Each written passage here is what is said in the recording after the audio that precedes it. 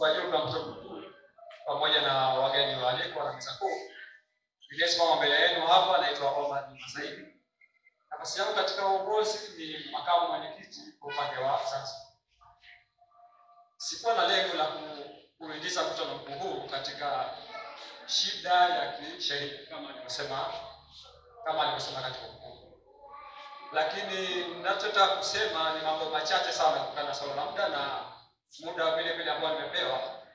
Mimi mwenzenu niliwiwa kugombania au kutiania kukiomba chama ridhaa kinichague kuwa mgombea urais kwa kupitia tiketi ya Zanzibar kupitia chama chetu cha Alliance for African Farmers Party. Na nilifanya hivyo kwa sababu ya mambo matatu. Nia yangu kwanza, uwezo na sababu. Na si kwa sababu nimekuja hapa mbele ya mkutano mkuu kusema kama alivyosema katibu kwamba sijiamini. Najiamini pia. Lakini katika kujiamini huko kuna baadhi ya wagombea ambao wamekuja hapa kujitambulisha walizungumza nia ya kutangaza chama.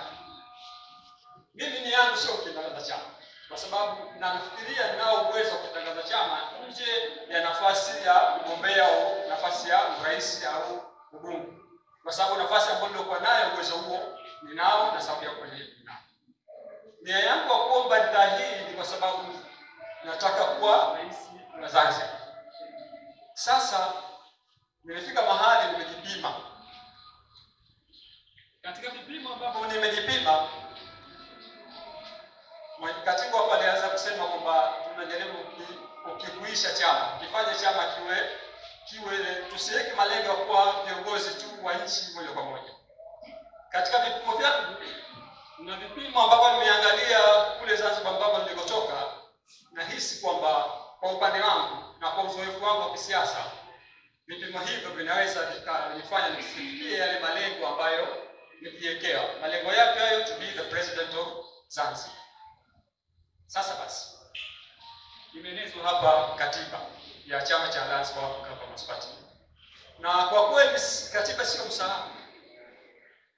Kama sio msahafu, basi naamini kwamba mkutano huu unao mamlaka, kama sitokosea, ya kubadili yale ambayo yalikuwa katika katiba, lakini ukaridhia mimi kuwa katika nafasi hii, na kwa sababu nahitaji kujifunza zaidi ili ushiriki wangu katika uchaguzi mkuu utakaokuja Mungu akitufikisha na chama chetu na uhai ukiwepo, basi kwa hakika wakuletea ushindi chama cha Alliance for African Farmers Party na kufikisha yale malengo yangu kuwa rais wa Zanzibar ili kuweza kuwatumikia wananchi wa Zanzibar na kwa Tanzania wote.